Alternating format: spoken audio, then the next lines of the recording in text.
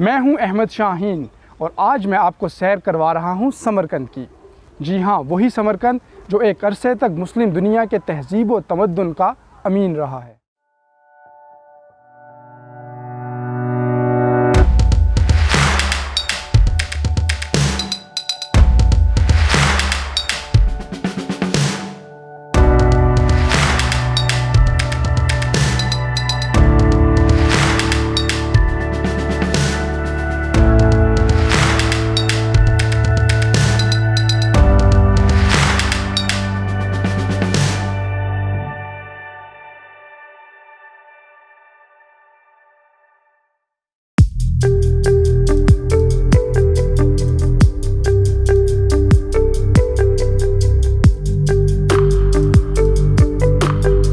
Samarkand Uzbekistan کا دوسرا سب سے بڑا شہر ہے۔ یہ شہر قدیم عرصے سے چین اور یورپ کے وسط میں شاہراہ ریشم پہ ہونے کی وجہ سے جانا جاتا رہا ہے۔ اس کے علاوہ یہ اسلامی دنیا کے ایک بڑے علمی شہر کے طور پہ بھی جانا جاتا رہا ہے۔ سمرقند شہر میں کئی مدارس موجود تھے جو اس وقت یونیورسٹیوں کے برابر تھے۔ یہاں پر نہ صرف دینی تعلیم دی جاتی تھی بلکہ دیگر علوم بھی سکھائے جاتے تھے۔ آج بھی اس شہر میں کئی مدارس اور علمی مراکز کے آثار موجود ہیں۔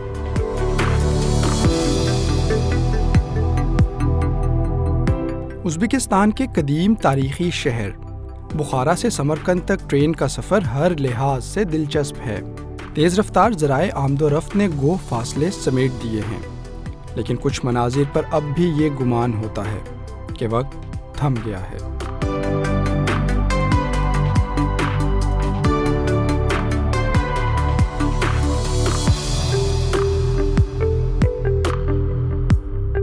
یقیناً کسی دور میں یہ سفر اتنے آسان نہ تھے اور مہینوں سفر ہی میں رہنا پڑتا تھا، لیکن اب ایسا نہیں۔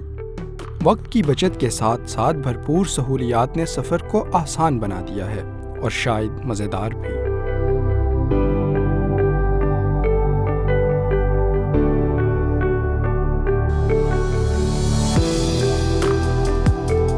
سفر کے دوران جوں ہی سمرقند شہر کے آثار نظر آنا شروع ہوتے ہیں، اس عظیم اور قدیم شہر کو دیکھنے کا شوق مزید بڑھ جاتا ہے۔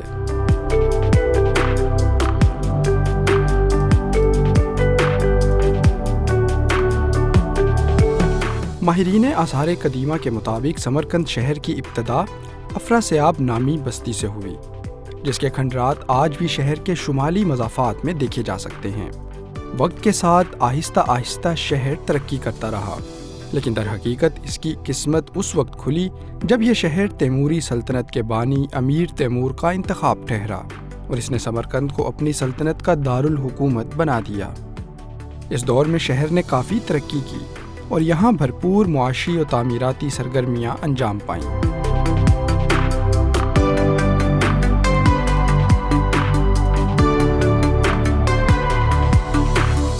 ریگستان یوں تو اس علاقے کو کہا جاتا ہے جو ریت سے اٹی پڑی ہو اور دور تک تا حد نگاہ صرف ریت ہی ریت ہو، لیکن یہ زندگی سے بھرپور جگہ اور خوبصورت جگہ بھی ریگستان کے نام سے معروف ہے۔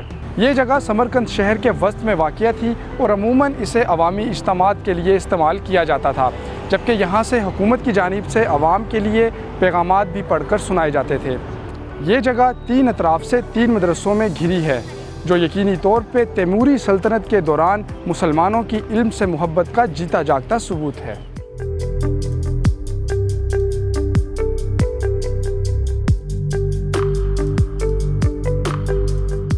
اس وسیع و عریض اسکوائر کو کافی عرصے تک تو مجرموں کو سزائیں دینے یا پھر شاہی فرامین پڑھ کر سنانے کے لیے ہی استعمال کیا جاتا رہا، لیکن پھر 15ویں اور 17ویں صدی میں اس اسکوائر کے 3 اطراف میں اہم مدارس تعمیر کیے گئے اور یوں یہاں کی سرگرمیوں میں بھی تبدیلی آ گئی۔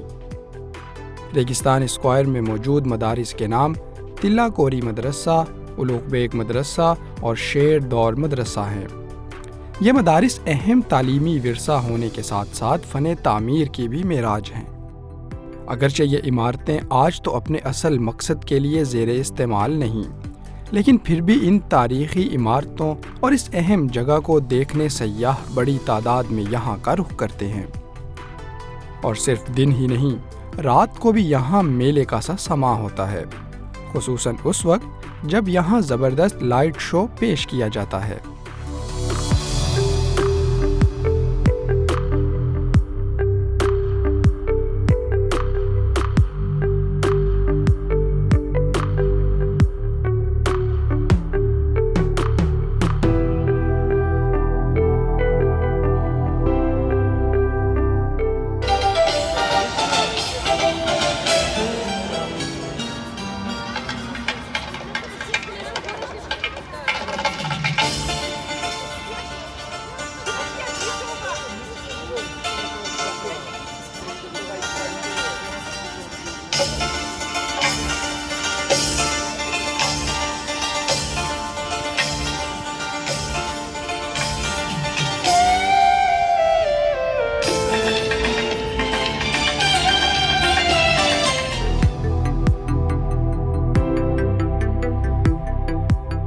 امیر تیمور کے پوتے اور تیموری سلطنت کے اہم حکمران اولغ بیگ کو سائنسی علوم سے خصوصی شغف حاصل تھا، اسی لیے ان کے دور میں جہاں جہاں مدارس قائم کیے گئے اس بات کا خصوصی خیال رکھا گیا کہ طلباء کو دیگر تعلیم کے ساتھ ساتھ سائنسی علوم کی تعلیم بھی ضرور دی جائے۔ یہاں سمرقند میں بھی ان کے نام سے بنایا جانے والا یہ مدرسہ، جس کو اولغ بیگ مدرسہ سمرقند کہا جاتا ہے، یہاں پر بھی اس بات کا خصوصی خیال رکھا جاتا تھا کہ یہاں پڑھنے والے طلباء کو قرآن اور حدیث کے ساتھ ساتھ سائنسی علوم کی تعلیم ضرور دی جائے۔ یہاں پر لیکچر رومز بھی موجود تھے، جبکہ طلباء یہاں پر ہی رہائش اختیار کرتے تھے۔ ان کے لیے یہاں پر کمرے موجود تھے جو ابھی بھی ویسے ہی موجود ہیں، جبکہ طلباء کی نماز کی ادائیگی میں سہولت پیدا کرنے کے لیے اس مدرسے میں ایک مسجد بھی بنائی گئی۔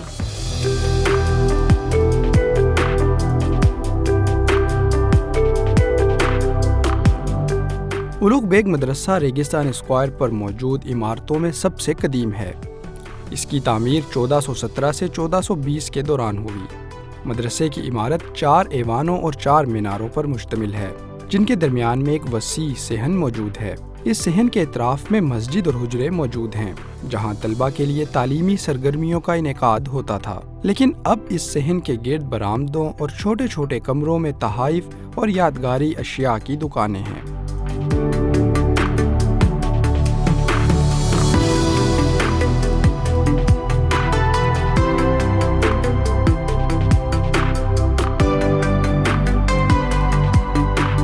مدرسے میں موجود مسجد بھی اپنی مثال آپ ہے۔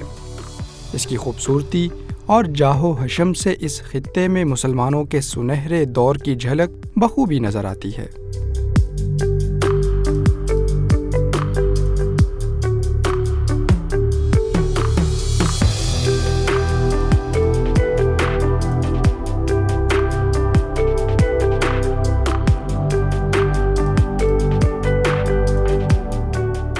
جس وقت سمرقند کی حکومت امیر تیمور نے سنبھالی، اس شہر میں سوائے کچی اینٹوں کے کچھ مکانوں اور لکڑی کے کچھ مکانوں کے اور کچھ نہ تھا۔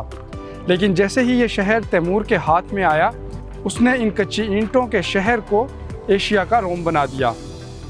مغل بادشاہ بابر، جو امیر تیمور کی وفات کے تقریباً 100 سال بعد اس شہر میں آیا، اس وقت یہ شہر اگرچہ اپنی شان و شوکت کھو چکا تھا، لیکن بابر پھر بھی اس شہر کی خوبصورتی سے متاثر ہوئے بغیر نہ رہ سکا۔ اس نے اس شہر کے طرز تعمیر اور یہاں کے فن کی دل کھول کر مداح کی۔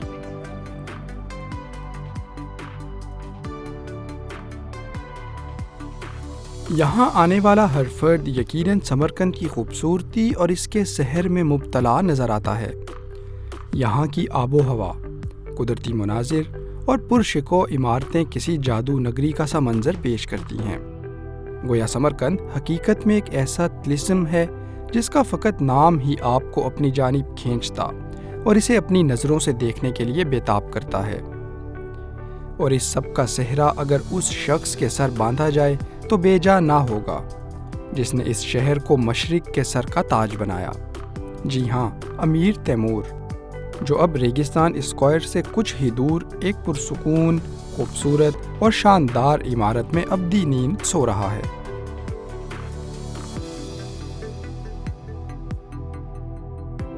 ایرانی طرز تعمیر کا شاہکار اور خوبصورتی میں بے مثال، یہ عمارت تیموری سلطنت کے بانی امیر تیمور کی آخری آرام گاہ ٹھہری۔ روایات کے مطابق تیمور نے یہ عمارت اپنی زندگی ہی میں اپنے پسندیدہ اور چہیتے پوتے محمد سلطان کی وفات پر اس کی تدفین کے لیے تعمیر کروائی، جو بعد میں تیموری خاندان کے اہم افراد کے مقبرے کے طور پر استعمال میں آئی۔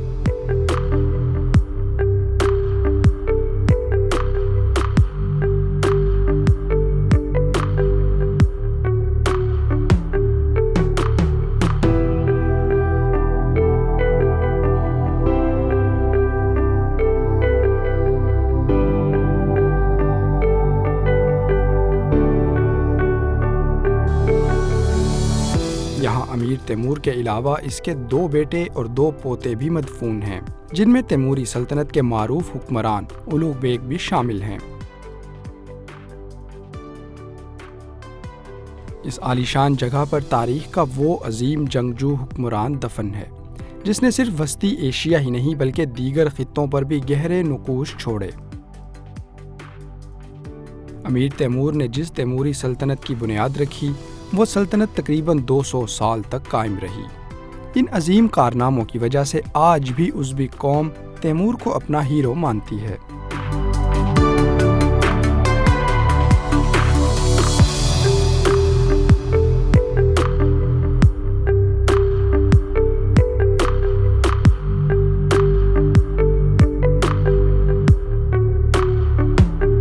امیر تیمور کی چوتھی بیوی کے نام سے منسوب یہ مسجد بی بی خانم مسجد ہے۔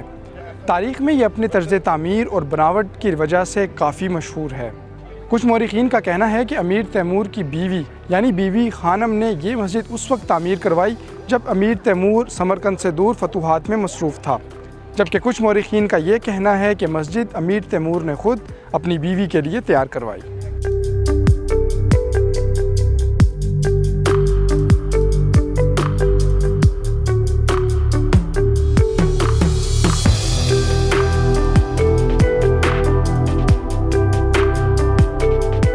اس عظیم الشان مسجد کی تعمیر کا آغاز 1399 میں ہوا اور ابتدائی طور پر اسے سن 1404 میں مکمل کر لیا گیا۔ پھر وقت کے ساتھ ساتھ مسجد میں رد و بدل بھی ہوتی رہی اور بعض اوقات یہ حکمرانوں کی بے اعتنائی کا شکار بھی رہی۔ آخرکار 1897 میں آنے والے ایک شدید زلزلے کے باعث مسجد کا بیشتر حصہ منہدم ہو گیا۔ اس کے بعد سوویت دور میں مسجد کی تعمیر نو کا کام شروع ہوا اور پھر ازبک حکومت نے اسے پایۂ تکمیل تک پہنچایا۔ اپنی تاریخی حیثیت اور لازوال نسبت کے باعث آج بھی یہ مقام سمرقند کے اہم ترین مقامات میں سے ایک ہے۔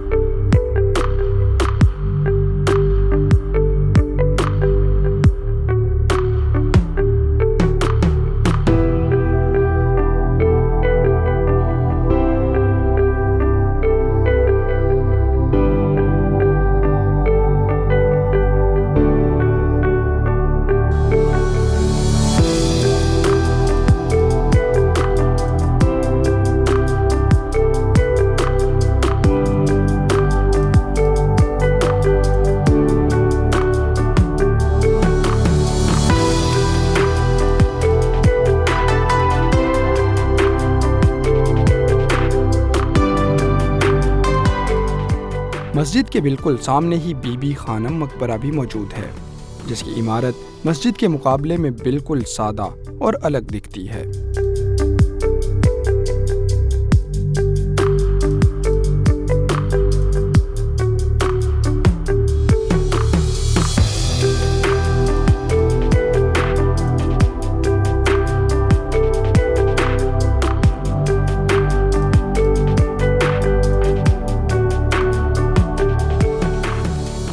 سمرقند شہر کے اطراف میں اور بھی بہت سی دلچسپ جگہیں موجود ہیں جو ازبکستان، خاص کر سمرقند کے لوگوں کے رہن سہن، طرز زندگی، رسوم و رواج اور تاریخی حقائق جاننے میں مددگار ہیں۔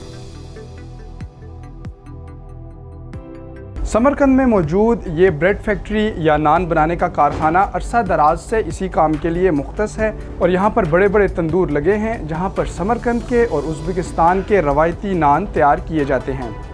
نان صرف کھانے کے لیے ہی استعمال نہیں ہوتے بلکہ یہ ازبکستان کی ثقافت کا، ان کی روایت کا ایک اہم حصہ بھی ہیں۔ نان سے متعلق ایک دلچسپ بات یہ ہے کہ جب آپ کسی کو نان پیش کریں تو اس کو ہر حال میں اس آفر کو قبول کرنا ہوتا ہے، اور اگر نان لینے سے انکار کیا جائے تو اس بات کو معیوب سمجھا جاتا ہے۔ سمرقند میں نان گویا یہاں کی روزمرہ کی زندگی کا خصوصی جزو ہے۔ کھانے کی میز پر چاہے کتنے ہی انواع و اقسام کے پکوان موجود ہوں، لیکن سمرقند کے یہ مشہور نان پھر بھی اپنی الگ حیثیت اور مقام رکھتے ہیں۔ ان کو کھانا تو بلا شبہ لذیذ تجربہ ہے ہی، لیکن ان کو بنتے ہوئے دیکھنا بھی دلچسپی سے خالی نہیں۔ سمرقند کے اطراف میں کئی ایسے کارخانے موجود ہیں جہاں روزانہ کی بنیاد پر بہت بڑی تعداد میں نان تیار کیے جاتے ہیں اور پھر ملک کے مختلف حصوں میں پہنچائے جاتے ہیں۔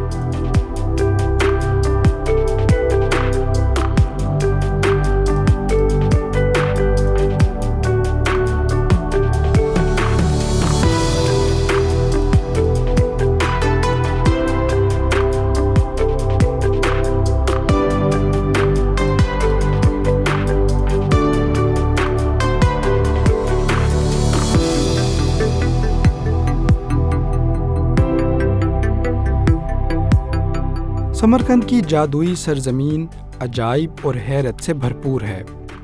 تحقیق، ایجاد اور تعمیر شاید یہاں کے خمیر میں شامل ہیں۔ نان اور روٹیوں جیسی روزمرہ استعمال کی اشیاء ہوں یا ستاروں پر کمند ڈالنے جیسے عظیم خواب، سمرقند کی سرزمین ہمیشہ ہی سے ہنرمند ہاتھوں اور زرخیز ذہنوں کے لیے پرکشش رہی ہے۔ اسی شہر میں اولوغ بیگ نے علم فلکیات کے حوالے سے ایک اہم منصوبے کا آغاز کیا۔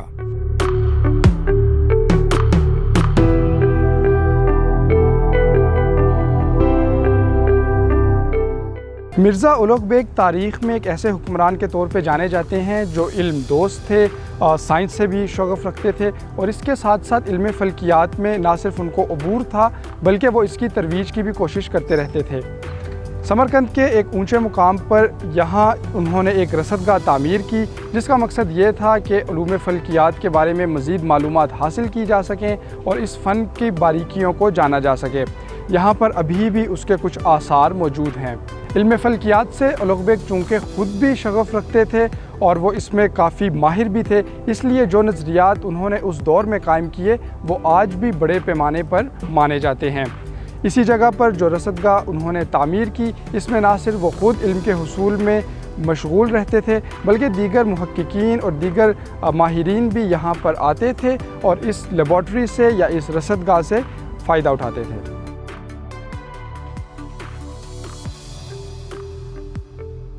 اس رصدگاہ کو وسطی ایشیا میں علوم فلکیات سے متعلق تعمیر ہونے والی سب سے بڑی اور اہم تحقیقی عمارت ہونے کا اعزاز بھی حاصل تھا، اور ایک طویل عرصے تک نہ صرف وسطی ایشیا بلکہ دنیا کے اہم سائنسی مرکز کے طور پر بھی جانا جاتا رہا۔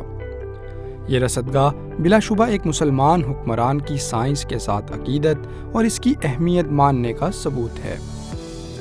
رصدگاہ اور اس سے ملحق عمارتیں اگرچہ زمانے کی شکست و ریخت کا شکار ہو گئیں، لیکن اس کے جو آثار باقی بچے اب انہیں اچھے طریقے سے محفوظ کرنے کا اہتمام کیا گیا ہے۔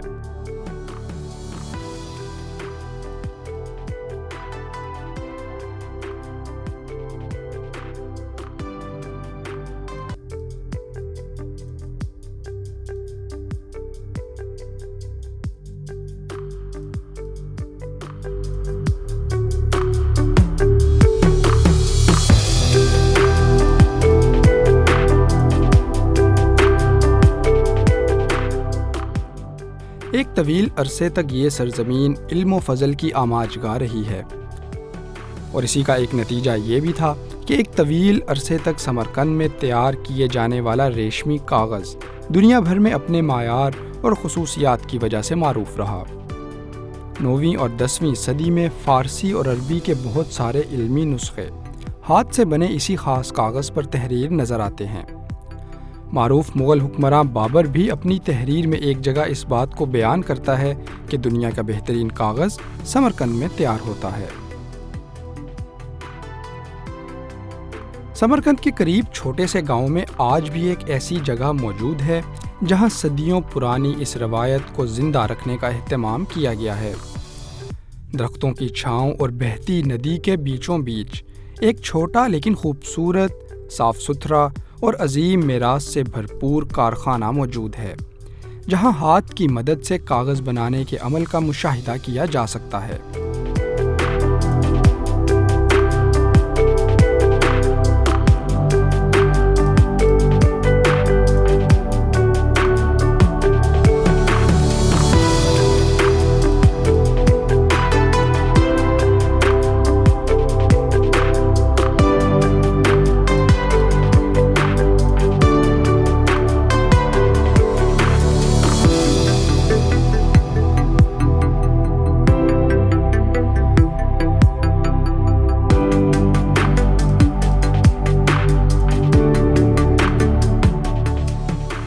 یہ کاغذ اپنی پائیداری اور معیار میں اتنا اعلیٰ ہے کہ اس سے تحائف اور روزمرہ استعمال کے لیے دیگر اشیاء بھی تیار کی جاتی ہیں۔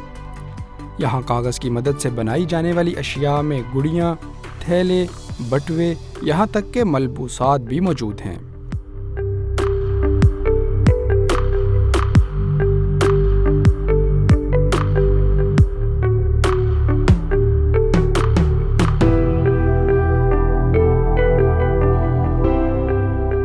سمرقند بھلے کتنا ہی خوبصورت اور دل فریب ہو، لیکن یہاں آنے والوں کا دل تب تک مطمئن نہیں ہو پاتا جب تک وہ یہاں سے کچھ ہی دور موجود ایک بستی کا رخ نہ کر لیں اور وہاں موجود اسلامی تاریخ کے معروف اور اہم نام امام بخاری کے مزار پر حاضری نہ دے لیں۔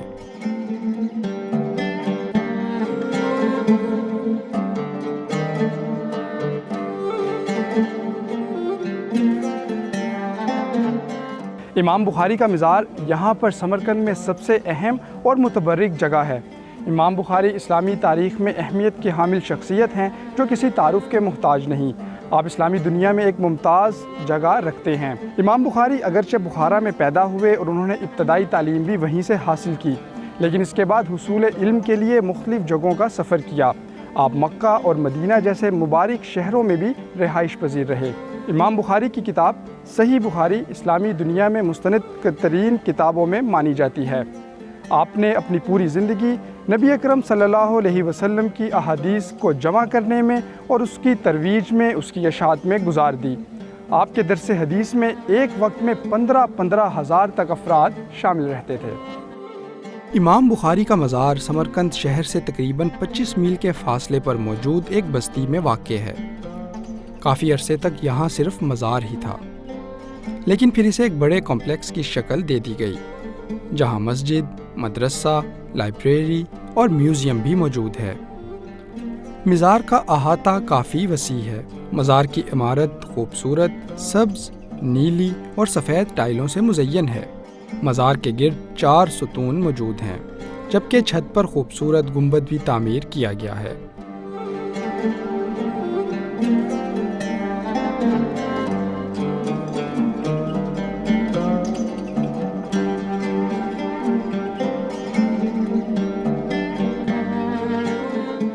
امام بخاری کی اصل قبر مبارک اسی مزار کے تہ خانے میں موجود ہے۔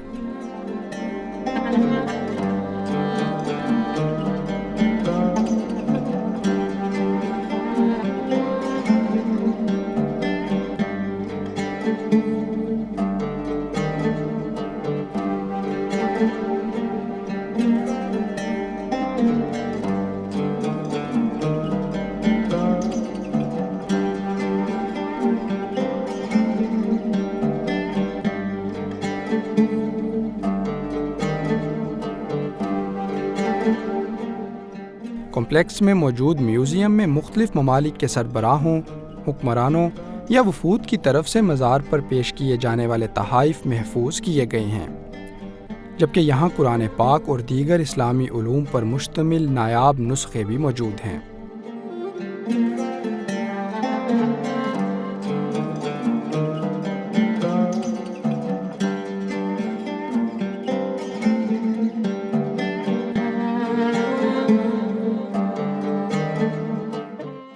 یہ شہر معروف مسلم سپہ سالار قتیبہ بن مسلم نے فتح کیا اور اسلامی حکومت کا حصہ بنایا۔ اس واقعے کے ساتھ ہی مسلمانوں کی تاریخ کا ایک نہایت اہم اور دلچسپ واقعہ بھی جڑا ہے۔ جب یہ شہر فتح ہو گیا اور یہاں اسلامی حکومت کی بنیاد رکھ دی گئی تو یہاں کے مقامی لوگوں اور مذہبی پیشواؤں نے مسلمانوں کی عدالت سے رجوع کیا اور وہاں کے قاضی کے سامنے یہ دعویٰ رکھا کہ مسلمانوں کا اس شہر پہ قبضہ بے بنیاد ہے۔ اس کی وجہ یہ بیان کی گئی کہ مسلمانوں کی تعلیمات کہ وہ جب بھی کسی علاقے پہ حملہ آور ہوتے ہیں تو وہاں کے لوگوں کو پہلے اسلام کی دعوت دی جاتی ہے۔ اگر اس دعوت کو مان لیا جائے تو ٹھیک، اور اگر نہ مانا جائے تو پھر جزیہ کی شرط رکھی جاتی ہے، اور اگر یہ بھی نہ مانا جائے تو پھر جا کر لڑائی کی نوبت آتی ہے۔ لیکن سمرقند کے معاملے میں ایسا نہیں ہوا۔ قاضی نے فوراً مسلمانوں کے سپہ سالار یعنی کہ قتیبہ بن مسلم کو عدالت میں طلب کیا اور ان سے تمام ماجرا پوچھا۔ انہوں نے اس بات کا اقرار کیا کہ واقعی سمرقند کے معاملے میں ایسا ہرگز نہیں ہوا۔ یہ سنتے ہی قاضی کا چہرہ غصے سے سرخ ہو گیا اور انہوں نے اس بات کا اعلان کیا اور یہ حکم دیا کہ مسلمانوں کا اس شہر پہ قبضہ بالکل بے بنیاد ہے اور ان کو یہ شہر فوری طور پہ خالی کرنا ہے۔ اس اعلان کے بعد مسلم فوج اور وہ لوگ جو مسلمانوں کے ساتھ آئے تھے انہوں نے اپنا سامان سمیٹنا شروع کر دیا اور یہاں سے جانے کی تیاریاں شروع کر دیں۔ اس کو دیکھتے ہی وہ لوگ جو یہ دعویٰ لے کے قاضی کے پاس حاضر ہوئے تھے وہ دوبارہ سے ان کے پاس آئے۔ مسلم فوج کی طرف انہوں نے رجوع کیا اور اس بات کا اعلان کیا کہ ہم نے اپنی زندگی میں ایسا عدل اس سے پہلے نہیں دیکھا، لہٰذا اب تم لوگ ہی ہمارے اوپر حکمرانی کرو گے۔ یوں اس تاریخی فیصلے نے نہ صرف تاریخ کا رخ بدل دیا بلکہ اس تہذیب و تمدن کی کایا بھی پلٹ دی۔ یقینی طور پہ انہی پاک باز اور اعلیٰ ظرف انسانوں کا صدقہ ہے کہ سمرقند آج بھی مسلم تہذیب اور ثقافت کو اپنے گلے سے لگائے ہوئے ہے، اور دور دراز سے آنے والے سیاح جو یہاں کا رخ کرتے ہیں وہ مسلمانوں کے جاہ و جلال سے متاثر ہوئے بغیر نہیں رہ سکتے۔ میں ہوں احمد شاہین اور آج ہم نے سیر کی سمرقند شہر کی۔